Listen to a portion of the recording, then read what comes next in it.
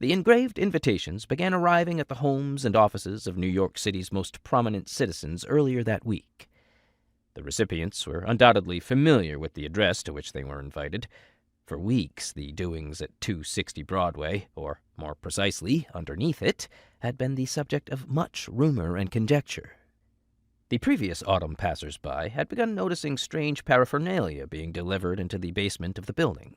Iron rails, an enormous fan, wagon loads of bricks, a piano.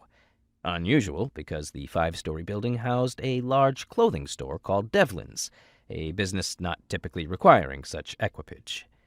Then, at night, large wooden boxes filled with dirt and sand, presumably excavated from beneath the building, were observed being hauled away on large flatbed wagons, the wheels of which, some claimed, were wrapped in blankets to muffle the noise. Ostensibly, the Beach Pneumatic Transit Company was merely installing an experimental pneumatic tube under Broadway for the expeditious delivery of goods and parcels.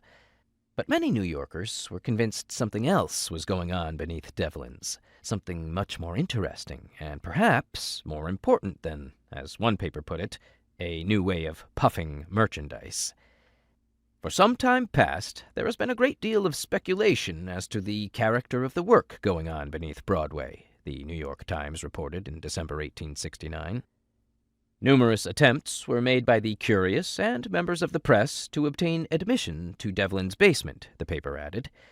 But to all, the doors were closed, and the most profound secrecy on the matter was preserved by all engaged in the matter. A New York Sun reporter dispatched to the scene had no more luck than his Times counterpart.